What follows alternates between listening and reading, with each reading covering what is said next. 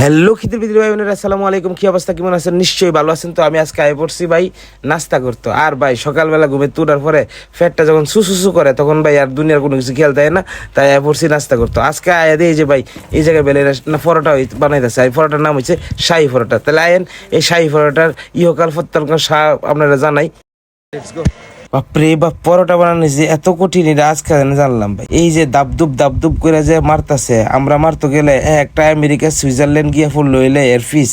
আসলে এটা একটা ক্রিয়েটিভিটি কাজ। এই ক্রিয়েটিভিটি কাজ না হইলে এত সুন্দর কইরা এই দাপুস মারার পরে পরোটার যে রুটিটা এই সুন্দর হয়ে যে থেকে গেল, বড় হয়ে গেল কেমনে বুঝতেই পারলাম না। তারপরে এটা সুন্দর করে চাকু লইয়া হালকা হালকা করে এটা স্লাইস করে কাটতে লাউনতি, তারপরে আঙ্গুলের ভিতর দিয়া সুন্দর করে রোল ফেস কইরা এটা গোলাপ ফুলের মতো করে থুয়ে দিত।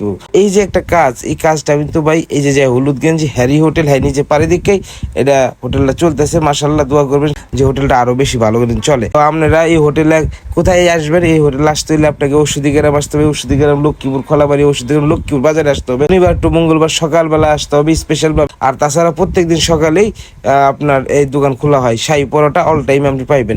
এই যে গোলাপ ফুলের সাইজগুলো দেখতেছেন, এই সাইজগুলো লইয়া সুন্দর কইরা সে আবার এই যে বেলুনের তলে এটা ফালাই দিব। তো বেলুনের তলে যখন ফালাইবো তখন বেলুনের করে সুন্দর করে 2-3টা ঘষাঘষি করলেই এটা এই যে পরোটার মতো হয়ে যাবে। আর তারপরে পরোটা লইয়া এই যে আঙ্গুল দিয়া এই 2 হাতের কবজি দিয়া দাপুস খুব স্টাইলে মাইরা এটারে লুতা বানাই দিবা। লুতা না বানাইলে এটা নাকি মজা লাগে না। এই যে একটা অবস্থা, গোলাপ ফুলের যে ইয়াগুলা দেখছেন, এগুলা এক একটা পরোটা হইব। তো মোটামুটি একটা পরোটার দাম 15 টাকা করে। তাহলে মোটামুটি হিসাব করেন যে মাশাআল্লাহ এই পরোটা যেমন 15 টাকার দাম তেমন খায়ও মজা আছে। তো আমিও খাবো, অবশ্যই ভিডিওটা পুরোটা দেখবেন, ইনশাল্লাহ মজা পাবেন। আর এই যে গোলাপ ফুলের এই যে পাপড়িগুলা করতেছে এটা দেখতে খুব সুন্দর লাগতেছে। আর এই যে আমি একবার হ্যালো একটু কথা কই, কি করা হইছে? এটা বাড়িতে সফট করা হচ্ছে। সফট করা হইছে। এটাই শাহী পরোটা না? এটাই শাহী পরোটা। শাহী পরোটা 15 টাকা পিস। 15 টাকা পিস। আচ্ছা, কোন টাইমে আপনার দোকান খোলা থাকে?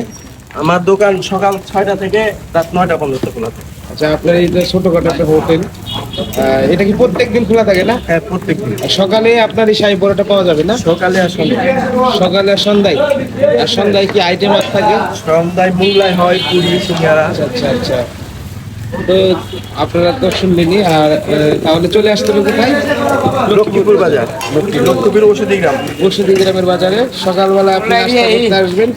আসলে এই যে ভিআইপি শাহী পরোটা খাইতে পারবেন। হচ্ছে শাহী পরোটা। আপনারা এই বিভিন্ন জায়গায় পাকিস্তানে যারা ভিডিও দেখবেন যে এরকম ইয়া বানায়, পরোটা বানায়। তো আমি আজকে নিয়েছি ডিমের মামলেট আর ডাউল। শুরু করি। বিসমিল্লাহ করে যখন খাওয়ানটা শুরু করলাম, স্লাইস লইয়া সুন্দর করে কাটতে পরোটা কাটতে ডিমের লগে একটু হালকা হালকা রস মিয়া সুন্দর কইরা মুখে দিয়ে দিলাম। লাইরার চাইরা মুখে দেওয়ার পরে বুঝতে পারলাম যে ভাই এই পরোটার আসলে 15 টাকা দাম নিছে কেড়ে। বুঝলাম ভাই এই পরোটার মধ্যে আলাদা একটা স্বাদ আছে। ওমা, সেই স্বাদ, মানে এত স্বাদ কে কইতাম না।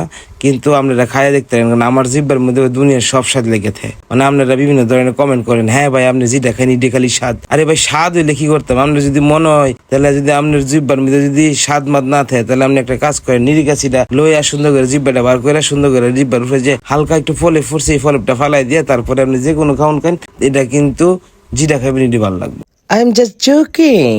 আর যারা বিশেষ করে ফান খাইন হেরারে আমি এই পরামর্শটা দিতেছি। তো যাই হোক, পরোটা শেষ হয়ে গেছে। আমি বললাম যে ভাই আরেকটা পরোটা লইয়া দেই, খাইয়া দিই। তো মোটামুটি যে পরোটা আছে এটা আপনি 2-3টা খাইলে ইনশাল্লাহ আপনার পেট বইরা আরামে থাকতে পারবেন। আর এই অমায়িক পরোটাটা ভাই তুলনা হয় না।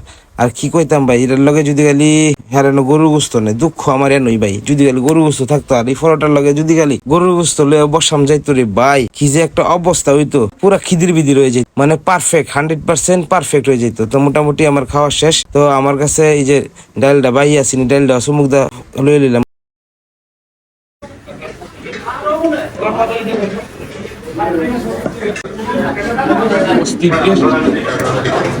শাহী পরোটা